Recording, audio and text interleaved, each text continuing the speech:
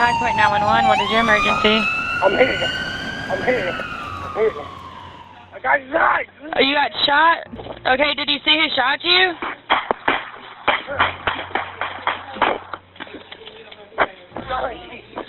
I'm dying. I'm getting you help, sir. Did you see who was shooting you? No. He had the choice to change the destiny of his life. It was my own choices that got me there. This always comes down to choices. Because of my choices, it led me down a life of crime. At some point, you have to realize that the choices that you're making is not good for you or the young man coming up behind you. Don't make the same choices that I did. I believe that because you're here, you're at a crossroad. You have the opportunity, and you're going to be given multiple opportunities before the night's over to improve your status in life, to make this a successful evening for you.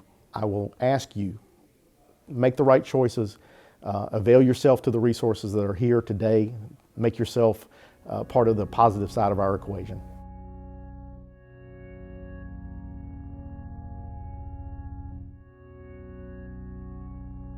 For a parent, that's his mistake. I didn't make him go out and do it. But yet I felt like, what could I have done different? Could I have enrolled him in more sports, better school, you know, so he wouldn't get around the wrong crowd?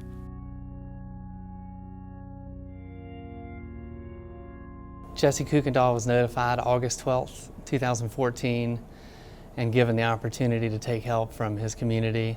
4 days later, he committed the attempted murder on Sean Ingram and his girlfriend Alicia. He was arrested that day, and within 86 days of his arrest, he had already signed up for and taken the plea deal of 20 to 25 years in prison and was already shipped off to prison before 3 months had elapsed. Jesse decided not to turn his life around.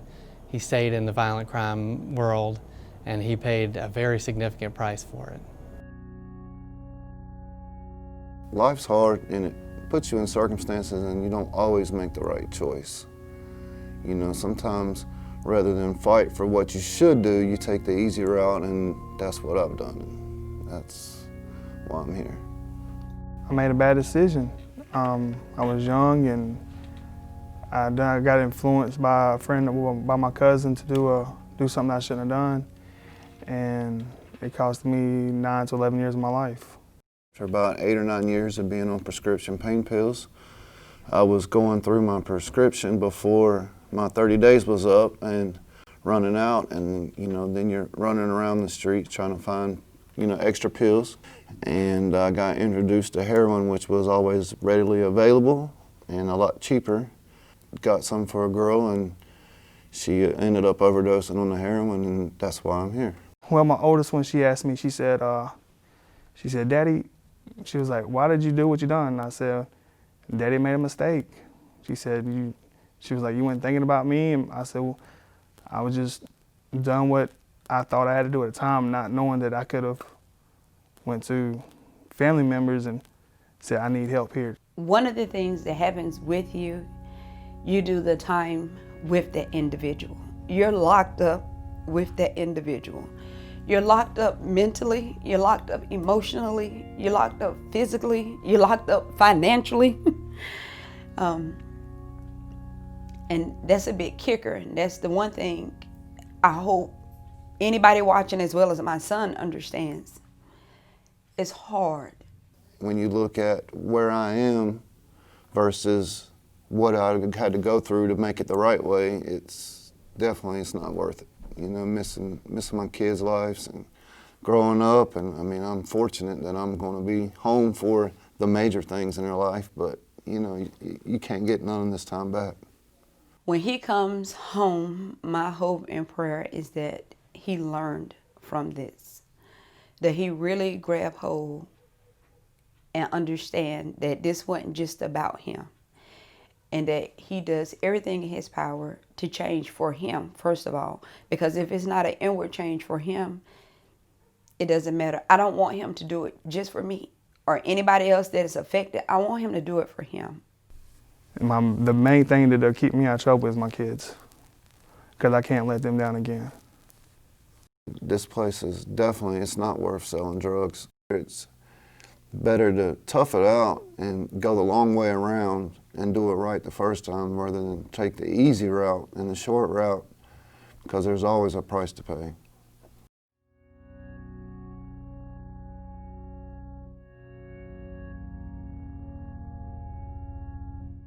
I went to court and I was sentenced to 78 years, 50 years for second-degree murder and 2 14-year sentences for armed robbery.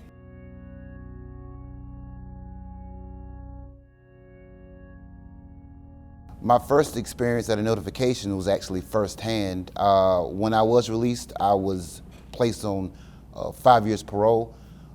Maybe about 3 months into my parole, I was contacted by my parole officer. He called me in his office and said, here's a letter. I opened the letter, read it, and it said you had been notified. I reluctantly attended, sat down in the seats, didn't know what to expect, didn't know what it entailed, and I sat down and listened to the message. After I attended notification, I kind of wanted to make an impact. I wanted to do something to kind of give back to the community.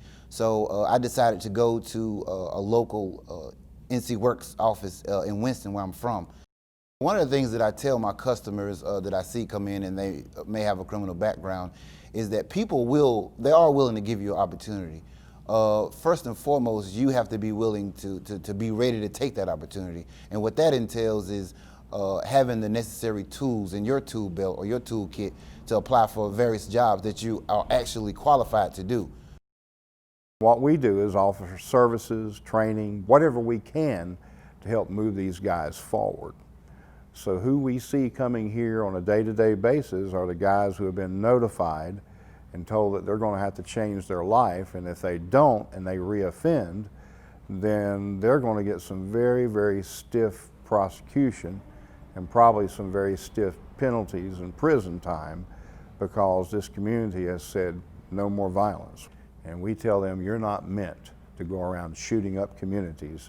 You're meant to live a life to cohabitate with people in the community and be a productive part of society. We're just trying to work with people to help them move forward in a positive direction, offering them help, services, training, coaching, and generally just trying to get them to change the way they're thinking so that they might be able to use their hands for something constructive instead of something destructive. My major problem as a youth came from trying to fit in with the crowd versus what I wanted to do for myself. So a lot of bad decisions I made then came from wanting to be part of the group or wanting to be seen. I served 2 years in a state prison. That was my first prison bid. And when I came out, I searched for old friends and, seeing what they were into. And ultimately, I stayed out about 1.5 years before I was rearrested with new charges. And that ultimately led to me doing another prison sentence for another 2.5 years. The change came from me wanting to do better for myself. Me identifying what I wanted as a person for me. And I came here to Industries of the Blind. Jeremy was the first person that we hired out of the system. And one of the things we talked about with Jeremy was if he can do a good job, if he can probably blaze a trail for other people. And since Jeremy came through and was successful, I believe we have about 6 to 8 more people that have come out of the federal prisons and are all doing just as well as Jeremy. Today I'm the cutting room supervisor. I've gotten married, I've had a daughter. I'm back in school, trying to better myself and grow to the next level. I'm extremely proud of Jeremy, and I'm extremely proud of the fact that he has made something of himself. One thing we talk about with some of the people that have come through here is their past isn't something they need to be afraid of after. Their past is something that they can share and they can use, that they have grown because of their experience. So people like Jeremy, he's not shying away from his past. He's showing people that he can make a difference. My advice to someone would be to find yourself, find what you want to be in life. Be honest with yourself, forget about what anyone else thinks. Forget about everything that's going on around you and focus on yourself. After you get on track and people start to see that in you, then doors will start to open up for you.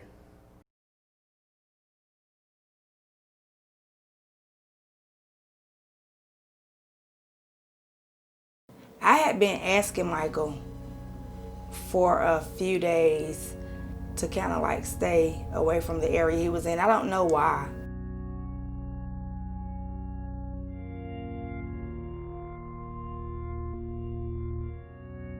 Encountered some young men that were going to rob the house that he was coming out of, and he ended up being shot and killed. You know, it just happened at an unfortunate time when Michael really was trying to, you know, become a good person, and he never was like a bad person. He just made bad decisions. He was trying so hard to leave the streets alone, but he just couldn't shake it. As a mom, and I won't allow my son to use the fact that his dad not here as a crutch, because a lot of people go without a lot of different things, but they still have to make their own decision for themselves as to what they'll become in life. But I think that things may have been different, be it that his dad would be here with him. I don't know, but I just believe it would have been a lot different. Well, Dad, I'm sorry for you getting killed and stuff, but like, you should have stopped hanging out with the wrong crowd. And like, I'm kind of going down the same path as you, but I'm trying to change. But yeah, and I love you.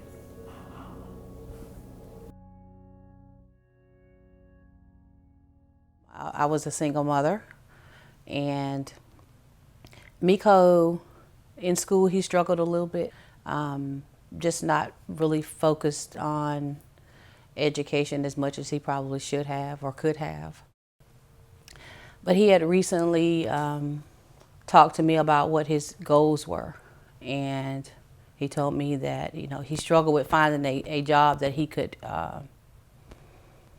grow into becoming a young man where he could learn more about life. On the morning of April 21st, my brother called and told me that Miko had passed away, and as a result of someone shooting him. I've been in law enforcement now for 24, 25 years. I see death a lot. I never imagined that I would be a victim. I never imagined having to bury my son at age 26. To be here and he's not here, the house is empty. To walk past his bedroom at night and no one is there, it has just torn me apart. I'm not sure what you were after or what motivated you to do this, but Miko didn't deserve it. Nobody deserves it. And not only did you kill Miko, you hurt many, many, many people. He didn't have money to give, but he had a lot of love and a lot of friendship to give people.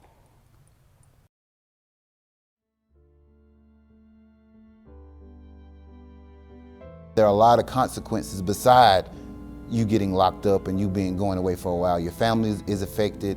You lose a lot of trust in your neighborhood and your environment. It's extremely hard to get a job. And there are a lot of doors that you have to kick open just to kind of get to where you need to be. Reach inside yourself and understand and know what it is that you want to be, where you want to go, and it's nothing you can't achieve. Don't think you have to get everything right now. It will come with time. Take the warning and connect with the right people and learn to make the right decisions so you won't hurt the people that you love. If you have a kid, like, stay away from drugs and people that you know that might try to get you in trouble. You can do the right thing, but But you got to choose to do the right thing.